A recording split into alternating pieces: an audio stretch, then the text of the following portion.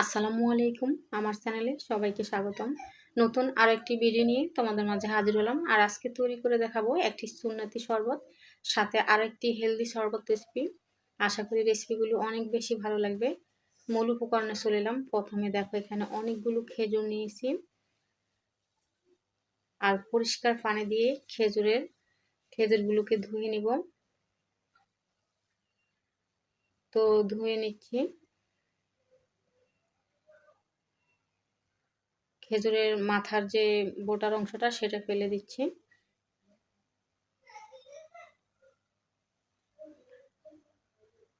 এবারে খেজুরটাকে মাঝখান থেকে কেটে নেব, কেটে বিচিটা বাদ দিয়ে দিব।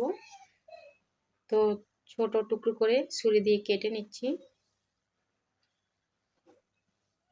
ছোট ছোট টুকরো করে কুচি করে কেটে নিয়েছি, আর অফ ক্যামেরায় বাকি খেজুরগুলো কেটে নিয়েছি। কাটা হয়ে গেছে। এবারে দেখো একটি সার্ভিং বলে নিয়ে নিচ্ছি।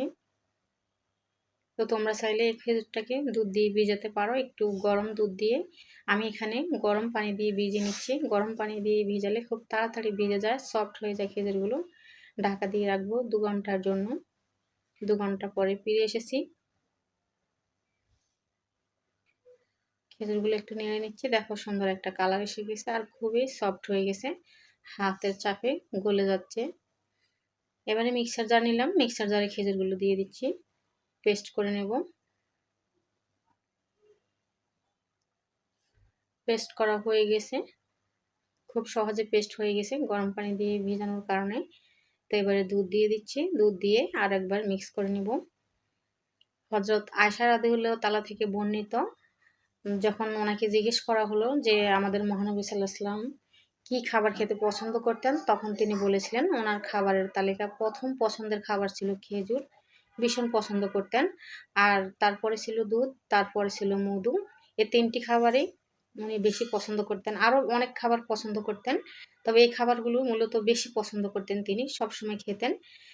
তাই এগুলোকে সুন্নাতি খাবার বলা হয়ে থাকে। আর এই সুন্নাতি খাবার দিয়ে আজকে আমি তৈরি করে দেখালাম সুন্নাতি শরবত।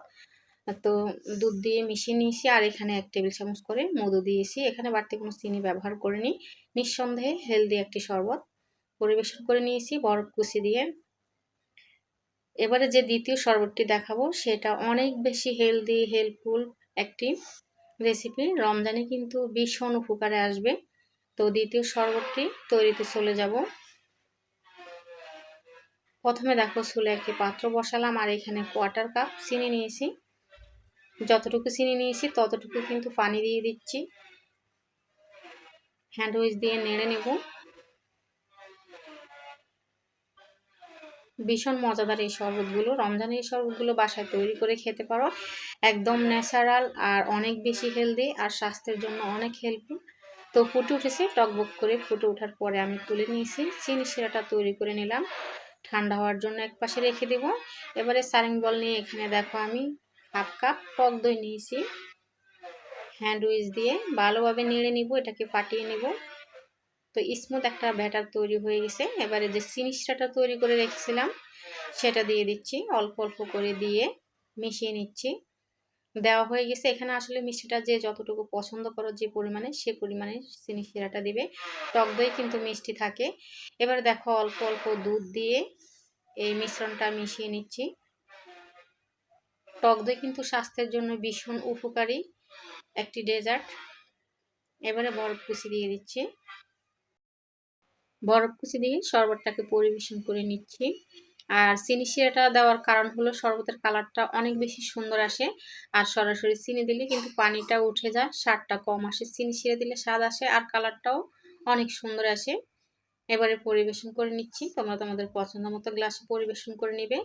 তো এটা কিন্তু খুবই মজাদার আর হেলদি, হেল্পফুল একটি রেসিপি। কেমন লাগলো আমার আজকের দুটো শরবত রেসিপি? ভালো লাগলে একটি লাইক করে দিও প্লিজ। আর প্রতিদিন এরকম নতুন নতুন রেসিপি পেতে চ্যানেলটি সাবস্ক্রাইব করে পাশে থেকো। সবাই ভালো থেকো। আল্লাহ হাফিজ অ্যান্ড আসসালামু আলাইকুম।